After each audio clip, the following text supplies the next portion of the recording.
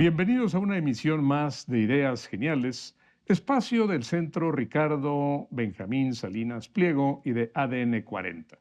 Y hoy conversaré con mi siempre inteligente y cordial amiga Isabel Muchas gracias, Revuelta Ricardo. sobre un tema con el que todos estamos involucrados de una u otra manera, los museos. Isabel, ¿por qué los museos constituyen una idea genial?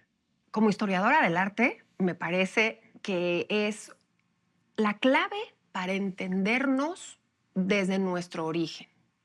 Es muy importante esa memoria y hago referencia a lo que en la Grecia clásica se llamó el museión, como le quieras pronunciar, que era donde habitaban las musas. Oye, pero, Las ¿qué es un musas, museo? primero déjame llevarte al origen, Bien. donde estaban las musas que representaban, son hijas de la memoria, del arte, de la ciencia y de la historia.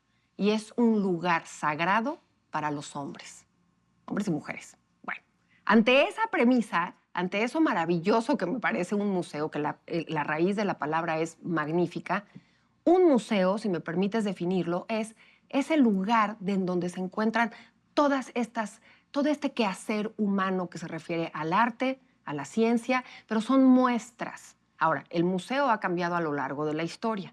Totalmente, tú me lo vas a también a comprobar.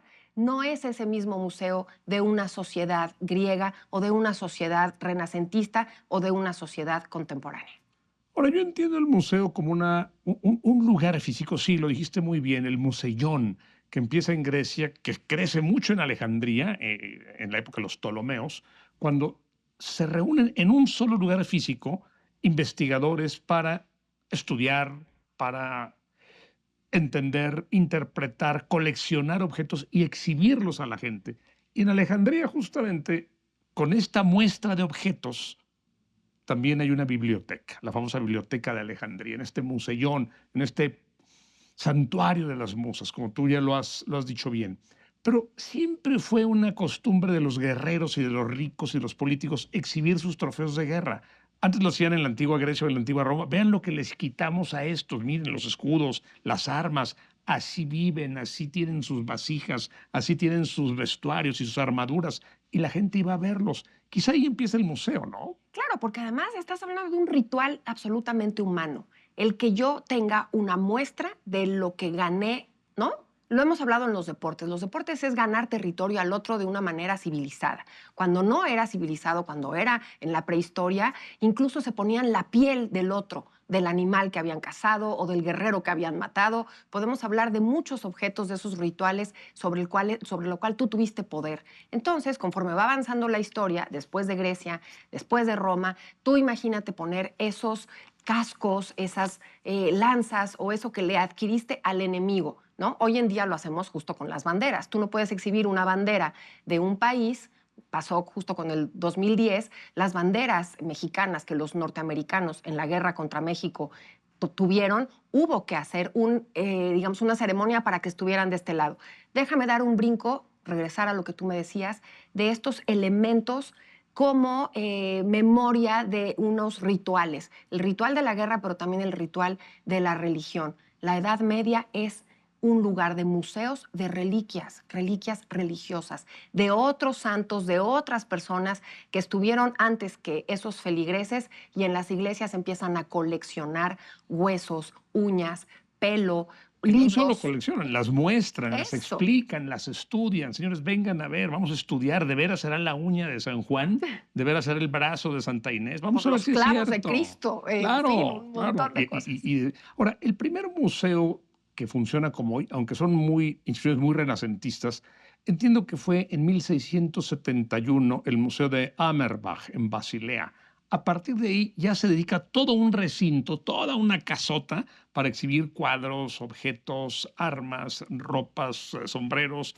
A partir de entonces, el segundo museo famoso es el de la Universidad de Oxford, el Ashmolean Museum, que está en la Universidad de Oxford, y a partir de ahí empiezan a surgir museos en todo el mundo, los que todos conocemos, el British Museum, el Louvre, las colecciones del Vaticano, y esto crea toda una disciplina de estudios. Ya no solamente se habla del museo como tal, se habla de la museología, de la museografía. Me emociona.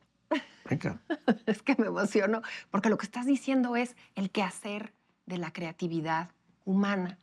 Y además con esa conciencia de dejar memoria y de dejar registro de ello.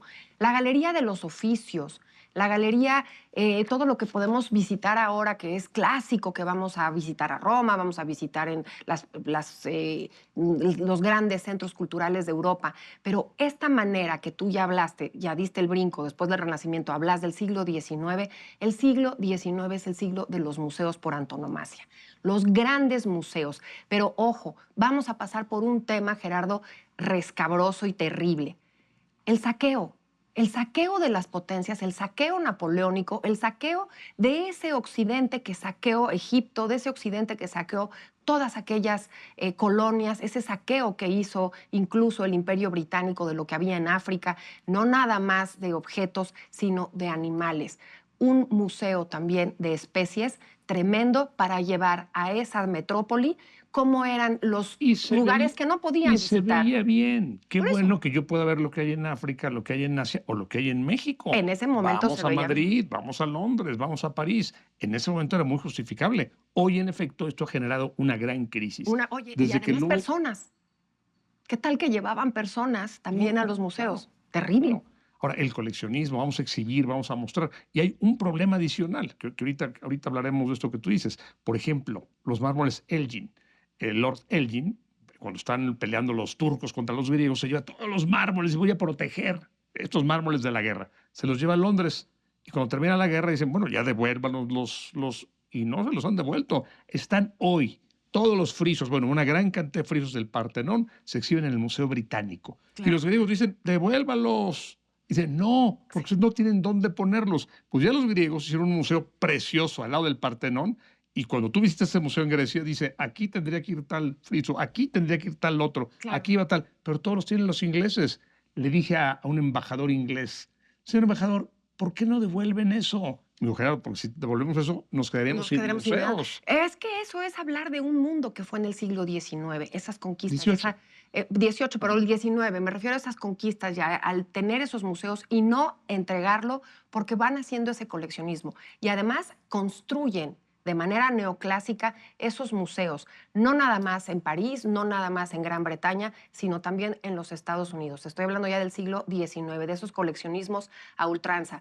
Todos aquellos objetos, que por ejemplo el penacho de Moctezuma fue regalado a Carlos V, quedaron en esos museos europeos y ahora vemos la riqueza cultural desde otro punto de vista.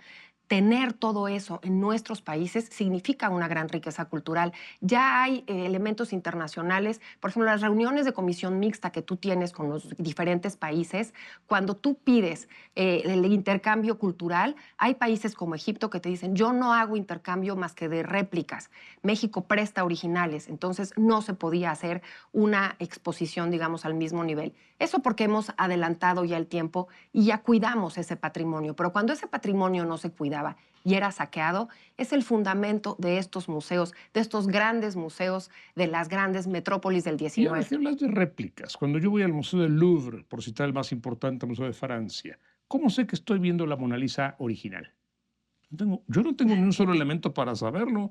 Yo no sé si estas son réplicas o si estoy viendo la Venus de Milo, o si estoy viendo la Victoria de Samotracia. Pues yo no lo sé. Claro. Igual son réplicas que pusieron ahí y esas están en casa de algún rico, en algún otro lado de la ciudad o del mundo. Y lo que ha logrado el coleccionismo y lo que ha logrado esa curiosidad de ver y de juntar y de coleccionar en gabinetes maravillosos también tiene una parte fantástica que es la investigación y el conocimiento. Desde el punto de vista de guardar todo eso, ha dado que los museos sean fuente de investigación, de resultados, de ciencia, de tecnología. Es increíble cómo ha adelantado la ciencia, por ejemplo, en la preservación.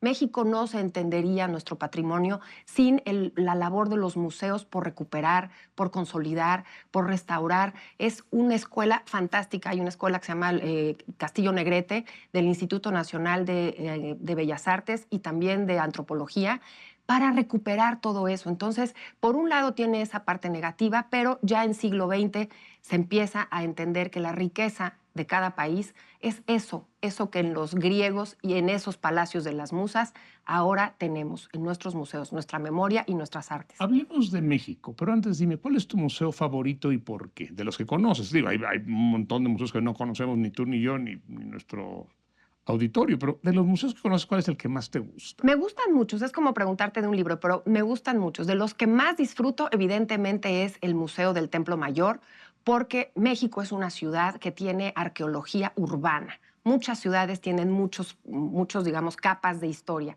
pero México es trepidante lo que tiene la Ciudad de México, porque puedes ver cómo vivían incluso en el islote antes de que llegaran los mexicas. Después la cultura mexica, después viene la conquista y bueno, y después el México independiente. Todas esas capas de historia se pueden ver en el centro histórico. Ahorita estoy fascinada con las ventanas arqueológicas del Templo Mayor. Fíjate que yo debo reconocer mi poca cultura en materia mexicana. Mi museo favorito es la British Library, que está en Londres, porque ahí están los documentos, y a mí me gustan mucho los documentos. Ahí está, por ejemplo, la primera constitución de la historia, la Carta Magna de 1215, y ahí la puedes ver, ahí está, firmada por los varones, por el rey Juan, que fue autorizada y luego desautorizada por Inocencio III, el Papa. Porque ahí están las cartas donde se pelean Newton con Hawke. Yo descubrí, no, usted es un farsante, no, el farsante es usted. Porque ahí están los manuscritos donde Beethoven escribe y Mozart escribe. Y ves cómo Mozart escribe siempre de corrido y Beethoven siempre corrige. Ahí está el Mesías de Händel. Porque ahí está la primera Biblia que se imprimió en el mundo. Claro. Porque ahí están los grandes documentos. Ahí está la carta donde Wellington, el mariscal Wellington, le dice al rey Jorge III, he derrotado al tirano. Ahí están. Dices, wow. Es emocionante. Y ver eso para un fetichista como yo, ver esos documentos es Claro. oro molido. Claro, y así te pasa en las librerías, en las bibliotecas, y así pasa en el Museo de Antropología. Pero volviendo a mi museo, ahora que estás hablando de esa emoción de documentos y darte cuenta cómo funcionaba esa época, imagínate que en el México de Tenochtitlan, al pie de la escalinata del Templo Mayor hay unas ventanas que eran unas ofrendas que hacían arqueología. Hay objetos de distintas culturas que incluso ya no existían en la época de los mexicas. Entonces hacían arqueología en Teotihuacán. Podemos entender nuestra línea del tiempo, quiénes somos, quién es ese México prehispánico, porque no nada más éramos mexicas. Todas esas culturas en esas ventanas, pero están enterradas con un jaguar y están enterradas con conchas que trajeron del mar y están enterradas con elementos de la cultura maya. Entonces, a mí también me parece trepidante encontrar que antes de 1521, después de 1325, hubo personas que se enteraban de lo que había sucedido antes en ese México prehispánico. Me parece igual de emocionante que un documento o que cualquier otra cosa que nos da nuestra memoria. Y cada país tiene su historia y cada país tiene lo que ha coleccionado, lo que ha robado, lo que ha despojado a otros y bueno, y lo que enseña y lo que presume. Dime tu museo favorito en México. El de antropología natural. Precioso. Por supuesto. Que tú sabes que, por ejemplo, el Tlaloc, bueno, todos le dicen Tlaloc porque el día que trajeron este monolito gigantesco en 1964 cayó una tormenta y dijeron es Tlaloc. Pero yo entiendo que ese no es Tlaloc. El museo, una idea genial. Una idea genial. Gracias por acompañarnos a este programa. Los esperamos en nuestra siguiente emisión.